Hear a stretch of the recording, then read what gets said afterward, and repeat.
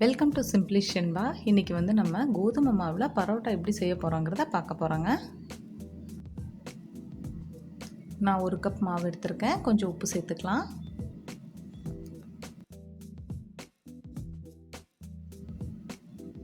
கூடவே கொஞ்சம் எண்ணெய் சேர்த்துக்கலாம்.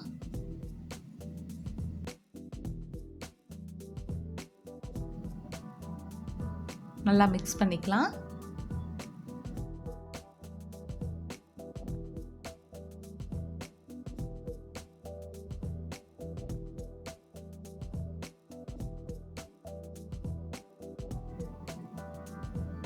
இப்போ தேவையான அளவு தண்ணி விட்டு சப்பாத்தி மாவு பிணைவோம் இல்லையா, அதே மாதிரி நம்ம இதையும் பிணைஞ்சு எடுத்துக்கலாம்.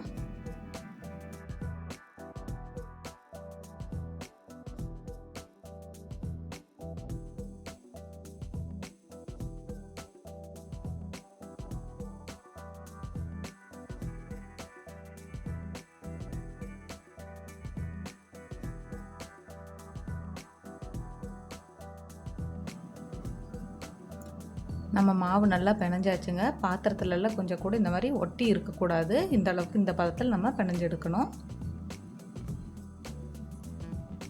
பிணைஞ்சு இந்த மாவை வந்து ஒரு 15 மினிட்ஸ் நம்ம மூடி வச்சிடலாம். அப்போ தான் வந்து நல்லா சாஃப்டாக வரும். 15 மினிட்ஸ் நல்லா ஊறிடுச்சுங்க. இதை வந்து நம்ம இப்போ சப்பாத்தி மாதிரி தேய்ச்சி எடுத்துக்கலாம்.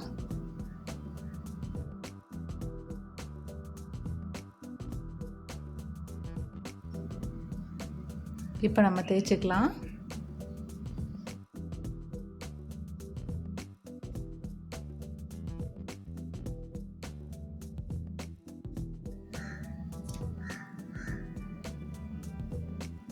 இப்போ நம்ம நல்லா லேசாக தேய்ச்சாச்சுங்க. இதில் வந்து நான் இப்போது ஆயில் போடுறேன் கொஞ்சம்.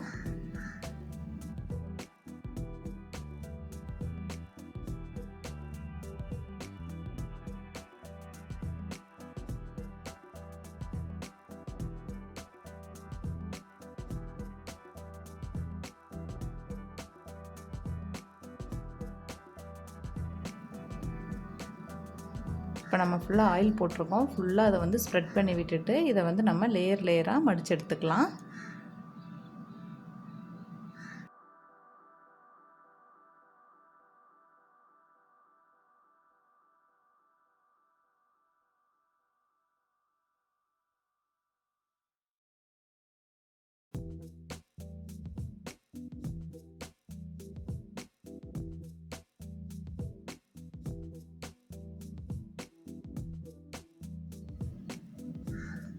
லேயராக மடிச்சு எடுத்தாச்சுங்க. இந்த மாதிரி நமக்கு விசிறி மாதிரி மடிப்போம் இல்லையா, அந்த மாதிரி இருக்கணும். இப்போ வந்து இதை நம்ம ரோல் பண்ணிக்கலாம்.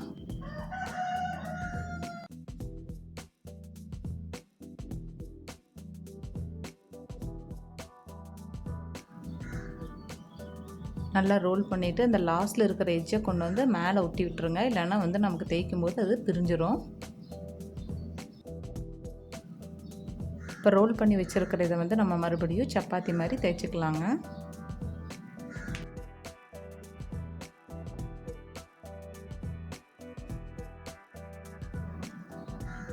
லைட்டாக மாவு போட்டுட்டு தேய்ச்சிக்கோங்க.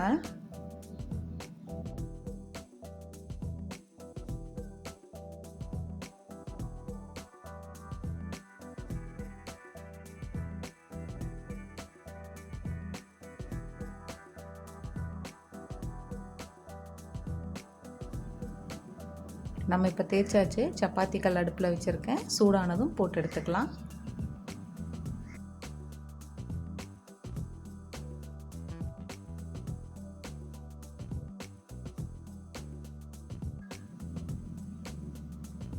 இப்போ நம்ம கொஞ்சம் இதில் எண்ணெய் சேர்த்துக்கலாம்.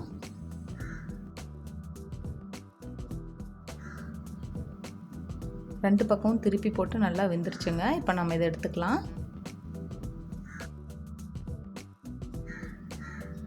வீட் பரோட்டா ரெடி ஆகிடுச்சுங்க.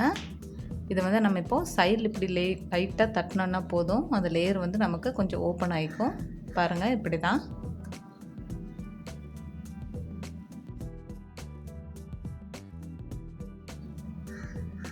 இந்த பரோட்டா பார்த்திங்கன்னா நான் செஞ்சுருக்கிறது கோதுமை மாவு வந்து ரேஷன் கடையில் வாங்கின கோதுமை மாவு தான். இதுலேயே வந்து நமக்கு நல்லா கிடைக்குது. இது வந்து ரொம்ப ஹெல்த்தியாகவும் இருக்கும் மைதாவில் செய்கிறத விட. இந்த மாதிரி செஞ்சு நீங்கள் குழந்தைங்களுக்கும் கொடுக்கலாம். சிம்பிளி ஷென்பா சேனலை சப்ஸ்கிரைப் பண்ணாதவங்க சப்ஸ்கிரைப் பண்ணிடுங்க. கூடவே பெல் பட்டனையும் ப்ரெஸ் பண்ணிடுங்க. தேங்க்யூ.